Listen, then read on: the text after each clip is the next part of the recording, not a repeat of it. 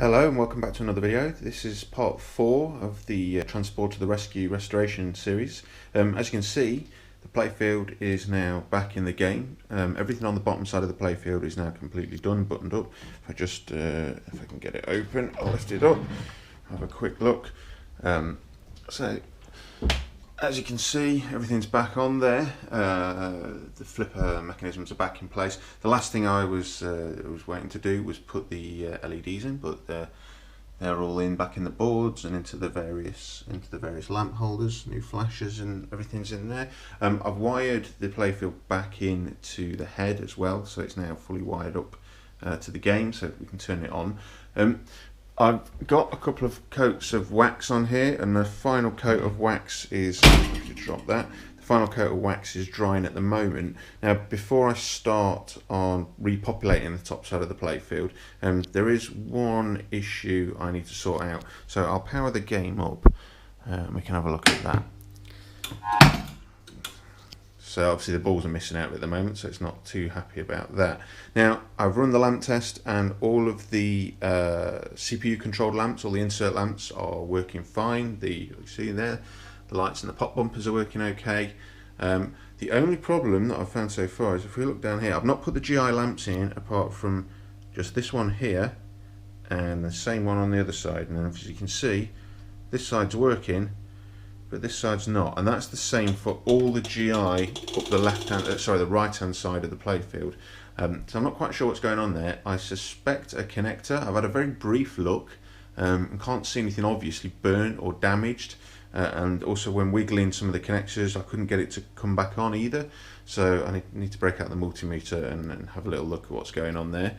But looks pretty good with the LED inserts, and I went for the non-ghosting ones. They're a little less bright than the sort of surface mount ones that are like directly under the inserts, and obviously you get the non-ghosting as well.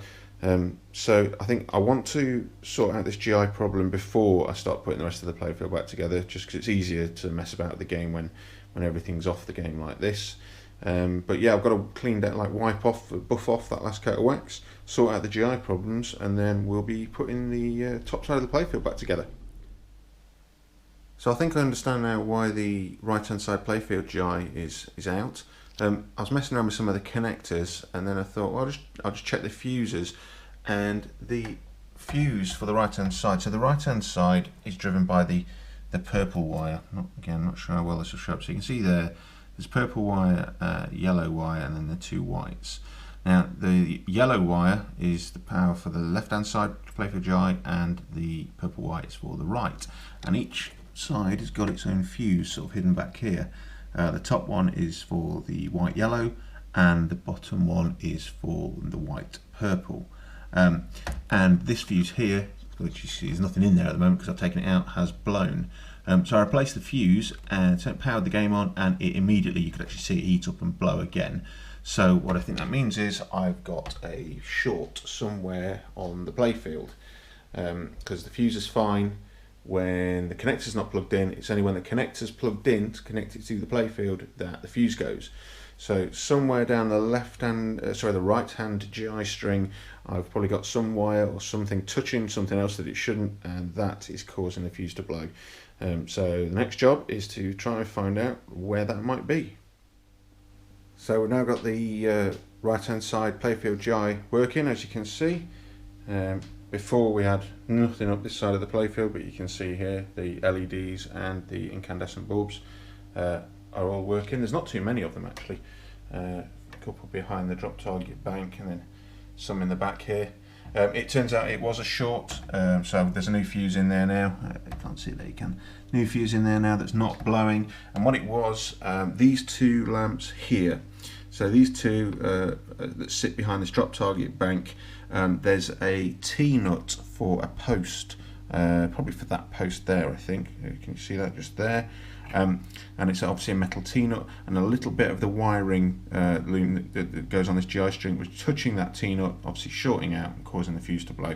So I've just adjusted that and sort of resoldered a wire on in a slightly different place, and we're all good. So GI now working. I can move on to putting things back on the top of the playfield. So hopefully the game will look a bit different when we come back. A bit of progress made on the top half of the playfield, so you can see some plastics have gone back on, posts, so lane guides are back in, this back plastic. Just started putting the pop bumper rings back on, this plastic's been replaced well, and the spinner is back in. If I can spin that seems to be moving nice and freely, that looks pretty good. So it also gone with yellow cliffy posts and these sort of fatter yellow ones to protect this target. One thing I have added, can you see in there, so this red post behind here, that wasn't there originally. What was on the game, somebody had actually got just these little rubbers and screwed them directly into the playfield. I'm guessing to stop a sort of ball hang up in this little nook behind there. It looked a bit manky, so what I've done is I've replaced it with a red post and a rubber on. It'll do the same job, it'll stop any ball hang ups. I'm not sure whether it's actually needed, to be honest with you. I was kind of looking at the angles and thinking that it'd be unlikely, the speed that a ball comes out of the pops, because it's so close to the pop bumper wafer. Whether you'd actually get a ball hang up in there, I don't know, but obviously it had been on there before, so something must have prompted someone to do that. So I just made it look a bit nicer, a bit tidier, a bit more factory. So yeah, plastic's going back on, and we'll carry on working on that. Also all the metal lane guides, so all the metal lane guides are back in as well. So we'll just keep working on, as before, sort of the opposite of how I took it to bits. I'm starting at the back and working my way down the playfield until the last job was to put the sort of apron and all the ball drop area on. But I'll carry on putting bits on, and we'll come back when there's a bit more to look at. The Orion playfield's been fitted now, so this just bolts down into this sort of top left hand corner. As you can see, it's like a little mini playfield in its own. The ball feeds in off the ramp through here, and then you've got these two kickers, a bit like the old Game Flight 2000. So the ball drops in, hits that switch, and then gets kicked around the loop and around the loop. The locks are actually here and here, so you lock two balls and it kicks out. But that's all in there now. Got rebuilt. This was the mini playfield that I clear coated just with a rattle can. Fitted some LEDs because I want this to be quite bright. Before I started work on the game, this is one of the areas where the lights just didn't work, but that's been fixed now. So that's looking pretty good. The next thing to fit is the main ramp, which kind of runs from this entrance here up round the back and then joins onto the playfield just here. So we'll get on that next and get that fitted. As you can see, all of the ramps are now back on the game, and the other sort of little playfield as well. So if I start at the back here, you can see the main ramp that feeds the UN Orion. That's been fitted. Pretty simple ramp really, it's just got one switch on it and it just sort of bolts down. But also the slightly more complicated transporter ramp, that's gone back on, so there's wiring all in here to drive these flashers, and there's a switch, I don't know if you can see it, that registers spins around the ball. So the ball gets kicked across from this flipper here, across this bridge, and then spins around the bowl, and that builds up the bonus.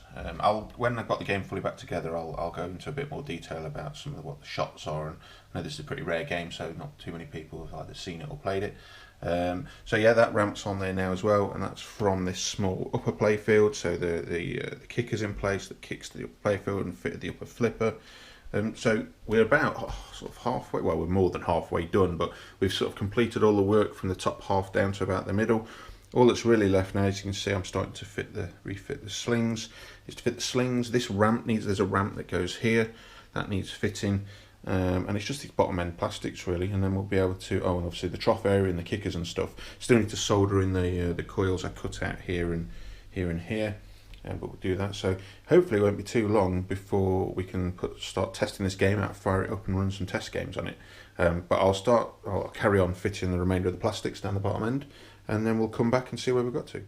So apart from the apron, everything is now back on the game. So the game's pretty much done. I do need still to fit the apron. I've got to give it a bit of a clean. It's been stored under one of the other games. It's a bit dusty. But if I just power up the playfield, you can see the flippers are on.